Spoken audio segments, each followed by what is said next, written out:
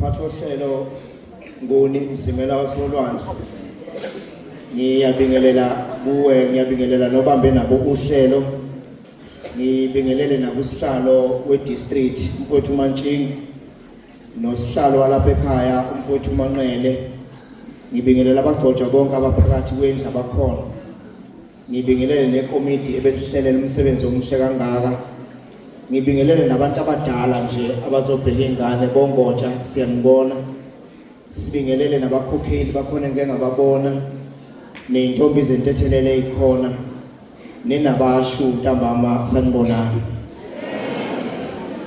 akukuningi bafowethu umuntu azokusho singabonga nje ukuthi usuku ligcine liphethe kanje siyabonga kakhulu Mantshini nethimba elisebenza nalo ukuthi ninqume ukuthi nifisa ukuthi le conference lizoyenza ezweni labahlabisi siyabonga lokho ngicabanga ukuthi nathi kuzosikhuthaza umzilankatha nethimba lakho khona nabashumayeli engibabonile abasivakashele bezokweseka umsebenzi wethu siyabonga kakhulu bashumayeli benkosi nezinsizwa zonke nje ifikele izoxhasa lo msebenzi bafowethu enikwenzile akukuncane lokhu kwangempela siyabonga ke nabashu yakithi ukuthi nitholele lithuba lokuzoncintisana ngalolu hlobo kunesihlabelelo ke sikaShembe esithi ngiyeza Nkosi mina ngedwa anginaye umphekelezeli ithi le verse obaba nomama bafuni ukulandela uma ingene evesini lesibili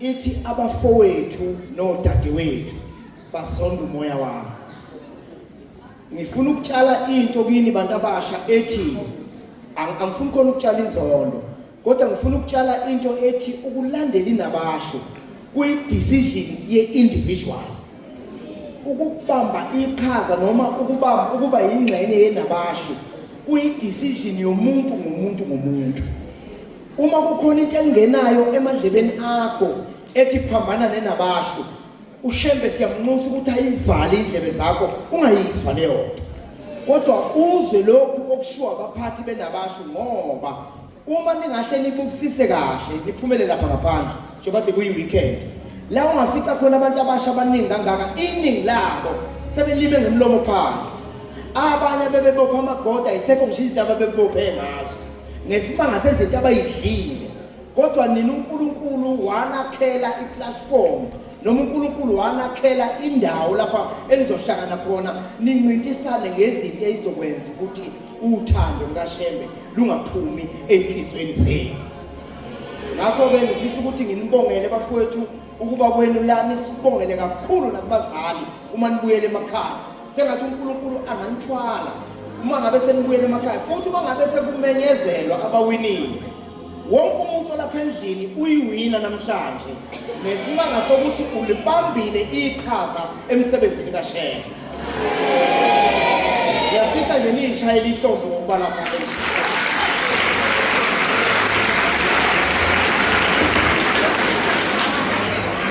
Sengiya ngasemaphethelweni mphathi wohlelo.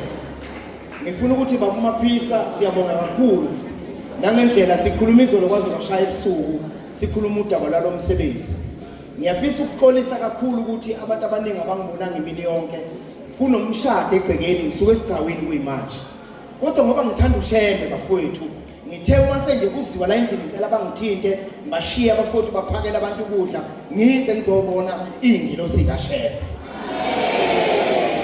Ngiyafisa ke bafowethu ukuthi ekugcineni kwakho konke siyazi ukuthi niyakhula, ezinye izinto niyayibona.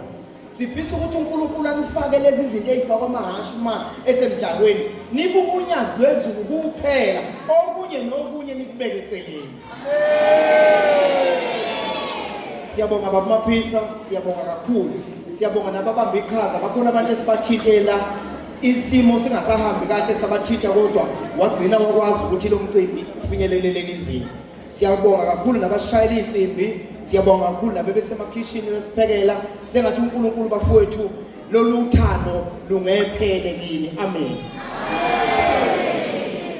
Ngaphambi kokuba kuphume imiphumela sizothandaza nje sonke sinxusa uNkulunkulu ukuthi sengathi izitha zokuNazaretha, izitha zenabasho, izitha zakini, izitha zakithi uNkulunkulu angayikhoboza kaba uNkulunkulu.